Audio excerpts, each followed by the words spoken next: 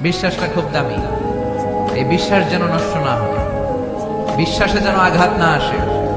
বিশ্বাসটা কত দামি জিনিস দেখেন।